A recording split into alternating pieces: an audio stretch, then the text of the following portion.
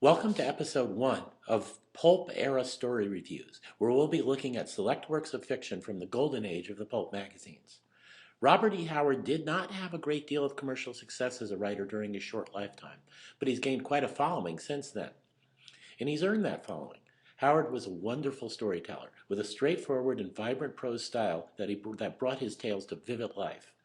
Now, many remember him today for his Conan the Barbarian stories, but true fans and pulp aficionados know that he wrote a lot of non-Conan stories and produced series about a number of other characters.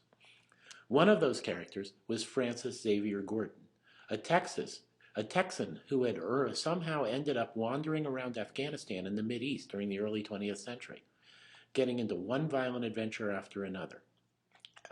To the natives of the region, he was known as El Borak, which means the swift, and he was known as a skilled warrior and a man of honor.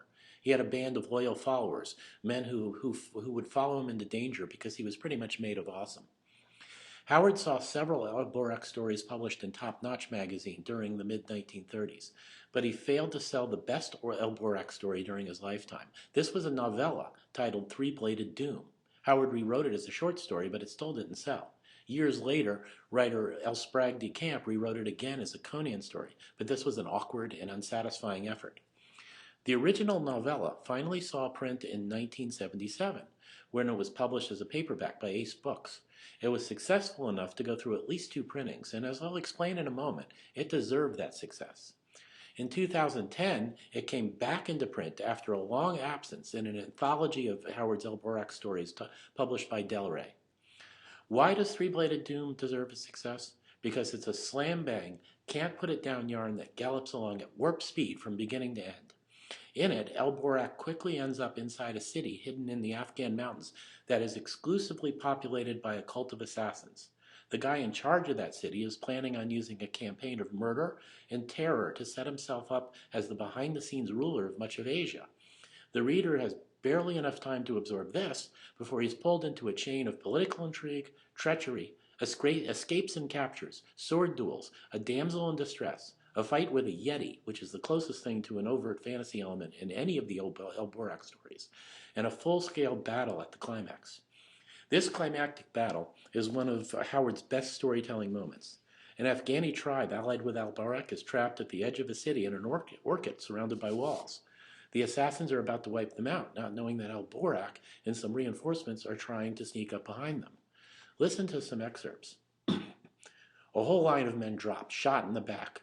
But the rush was not checked in the slightest. Like a roaring wave, the assassins rolled against the wall and locked with the defenders. Rifles, poked over the wall from either side, were fired full into snarling faces. Tulwars lunged up or hacked down. Men were dragged from the wall into the road. Men scrambling up on the wall from without were tumbled or were knocked over into the orchard.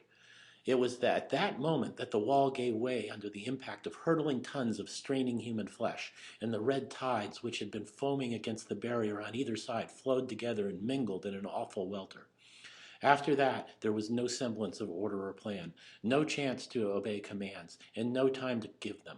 It was all blind, gasping, swearing butchery, hand to hand, blood splashing the blossom and straining feet stamping the grass to shreds. The outcome hung in the balance, and no man knew how the general battle was going. Each man was too busy with his own individual problems of keeping his whole skin and killing the man next to him. Now, gee whiz, that's great stuff. Three-Bladed Doom is one of my favorite Howard stories, a lively and vibrant tale of high adventure. Well, that's it for this time. Hopefully there'll be more reviews coming soon. In the meantime, visit me at my blog, comics, old-time radio, and other cool stuff.